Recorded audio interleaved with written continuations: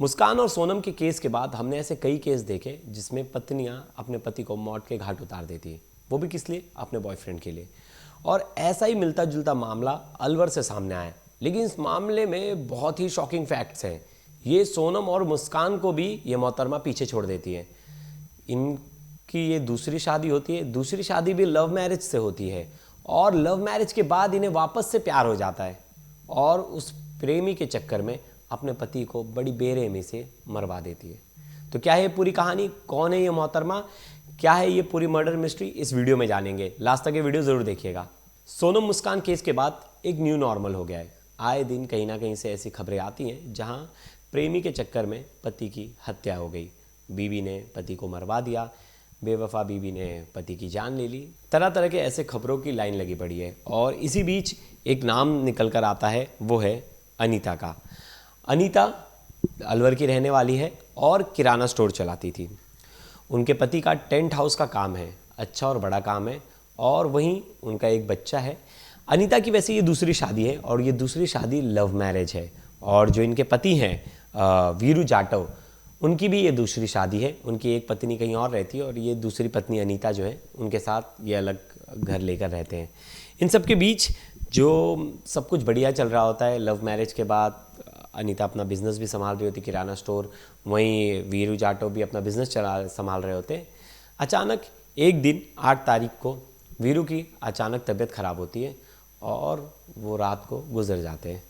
घर वाले पहुँचते हैं, पत्नी 4 बजे 8 तारीख की 4 बजे रात को ज़ोर ज़ोर से चिल्लाने लगती है, मेरे पति गुजर गए, रोने लगती है छाती पीट पीट के।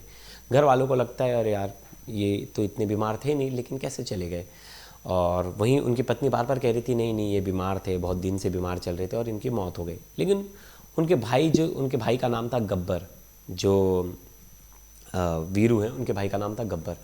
गब्बर को विश्वास नहीं हो रहा था। वो कह रहे थे कि नहीं, भैया से तो मेरी 2 दिन पहले 1 दिन पहले बात हुई, ऐसा कोई मामला ही नहीं था। वो उनकी तबीयत बिल्कुल ख़राब नहीं थी। वो जब घर पहुँचे देखे तो उनके शरीर पर निशान थे। उन्होंने बिना देरी किए पुलिस को फ़ोन लगा दिया, और पुलिस आई मौका वारदात पे। वो उन्हें हॉस्पिटल लेके जाया गया। वहाँ डॉक्टर ने उन्हें मृत घोषित कर दिया। लेकिन पुलिस को उनके भाई ने कहा कि मेरे भाई की हार्ट अटैक या ऐसे जान नहीं गई है, उसका मर्डर हुआ है, आप इसमें गहनता से जांच करें। तो उनके भाई से पूछा जाता है आपको किस पे शक है? तो कहते हैं मुझे नहीं पता, इनकी 2 पत्नियां हैं, लेकिन मुझे अभी लग रहा है इन शक जो है वो दूसरी पत्नी अनीता पे है।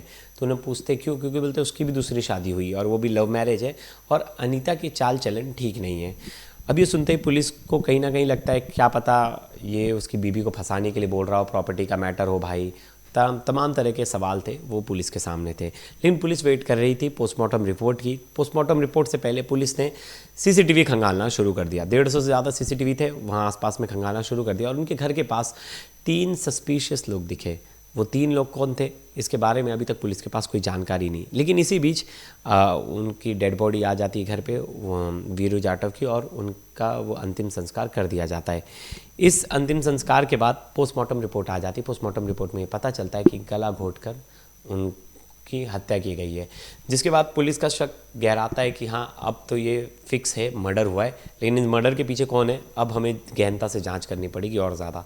तो ये निकालते हैं कि 3 लोग कौन थे। तो पता चलता है एक जो शख्स जो सीसीटीवी में दिखा था वो अनीता का दोस्त था, और इनका पड़ोसी था अनीता का, और एक कचौड़ी का ठेला लगाता था, उसका नाम था काशी। काशी का कचौड़ी का काम था, कचौड़ी बेचता था। और पास में ही अनीता का समझिए थोड़े दूर पे किराना स्टोर था, उससे थोड़े दूर पे इनका कचौड़ी का शॉप था। अब वो सीसीटीवी फुटेज में दिखता है, और वो उसके घर के बाहर दिखता है। पुलिस उससे पूछती है कि तू वहाँ क्या कर रहा था? तो वो ऐसी यहाँ वहाँ की जवाब देता है कि मैं इसलिए गया था, वो काम था, मैं सामान बताने गया था भाभी जी को, उनके यहाँ से मैं रेगुलर सामान लेता हूँ। लेकिन पुलिस को कहीं सेटिस्फाई आंसर नहीं लगा। पुलिस ने इनकी जो पत्नी है अनीता, उसकी कॉल रिकॉर्डिंग निकाली और काशी की कॉल रिकॉर्डिंग निकाली। पता चला इन दोनों ने उस दिन देर रात तक बात की है। पुलिस का यहीं से शक गहराता है। पुलिस दोनों को अरेस्ट कर लेती है और उनसे पूछताछ शुरू करती है। पूछताछ में जो अनीता है पहले बताने से बहुत बचती है, कुछ भी नहीं बताती। लेकिन जो काशी है वो कहीं ना कहीं पुलिस के सामने टूट जाता है, और वो पूरी कहानी बयां कर देता है। काशी कहता है कि पिछले कुछ सालों से मेरा और अनीता का अफेयर चल रहा था। वैसे अनीता की लव मैरिज थी, लेकिन लव मैरिज के बाद भी कुछ दिनों बाद अनीता खुश नहीं रह रही थी और मैं उसके दुकान पर अक्सर जाता था सामान लेने। मेरा कचौड़ी का ठेला उसके सामने ही था और उनको मेरी कचौड़ी पसंद थी और इसी के बाद हम दोनों का लगाव बढ़ता गया और धीरे धीरे ये अफेयर में बदल गया।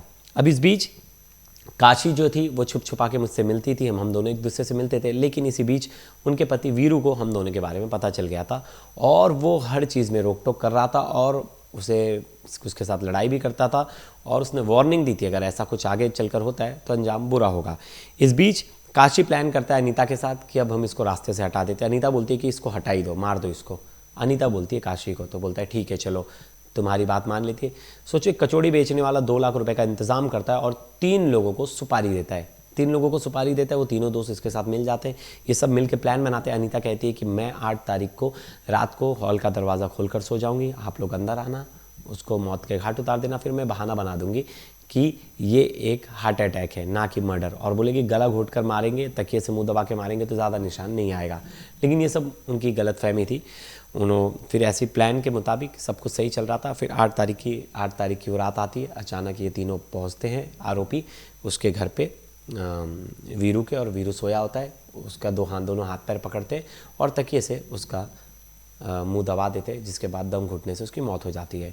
इस बीच पत्नी सब कुछ देख रही थी और उसके सामने सब कुछ हो रहा था। छोटा बच्चा निकल कर बाहर आता है, उसे बोलती है चलो अंदर, भागो इधर से, और उसे भगा देती है। लेकिन वो बच्चे ने सब कुछ देख लिया था, लेकिन वो बहुत छोटा है बच्चा, 2 साल का, तो वो कुछ बताने लायक नहीं था। अब इस बीच इन सब चीज़ों के बाद पुलिस पूरी गहनता से जांच करती तो सब कुछ निकल कर आता है। तो पुलिस पता करती कि 2 लाख रुपए कहाँ से लाया ये कचौड़ी वाले ने। तो पता चला कि इसकी सेविंग्स थी बहुत पुरानी, और वही इन दोनों का जो चक्कर था वो प्रेम प्रसंग ऐसे ही शुरू हुआ। बताइए, मतलब पति का है टेंट हाउस का बिजनेस, पहले पति को इसने छोड़ दिया अनीता ने। दूसरा जो शख्स है, पहले से शादीशुदा है वीरू, उसका घर तुड़वा के वापस से इसने लव मैरिज किया। वो अपनी पत्नी को अलग रख दिया उसने, पहली पत्नी को, और इसके साथ रहने लगा। अब यहाँ आके इसको वापस से प्यार हो जाता है। फिर तीसरा शख्स इसके लाइफ में आ जाता है और उसके चक्कर में इसने उसको मरवा दिया। सोचिए कि ये तीसरा जो कचौड़ी बेचने वाला था, इसको भी आगे चलकर नहीं मरवा देती। मुझे तो लगता है कि जिस तरीके से ये आगे बढ़ रही थी, आने वाले टाइम में अगर ये नहीं पकड़ाती तो ये कचौड़ी वाला भी इसका अगला शिकार होता। तो ये थी अनीता की स्टोरी, और अनीता की अब पुलिस रिमांड बढ़ने वाली है। 3-4 दिन की पुलिस रिमांड और इसे मिलने वाली है, क्योंकि इन लोग आज मजिस्ट्रेट के पास जाने वाले पुलिस वाले, और इसकी रिमांड की गुहार लगाने वाले कि और इनकी 4-5 दिन की रिमांड बढ़ाई जाए। वहीं इसमें 3 आरोपियों को पकड़ लिया गया है, 2 आरोपियों की तलाश जारी है, और पुलिस जैसे ही इनको पकड़ लेती है और क्या अपडेट आते हैं इस पूरे मर्डर मिस्ट्री के पीछे और क्या रहस्य है, ये सब मैं आपको बताऊंगा अगली वीडियो में। तब तक के लिए धन्यवाद दोस्तों।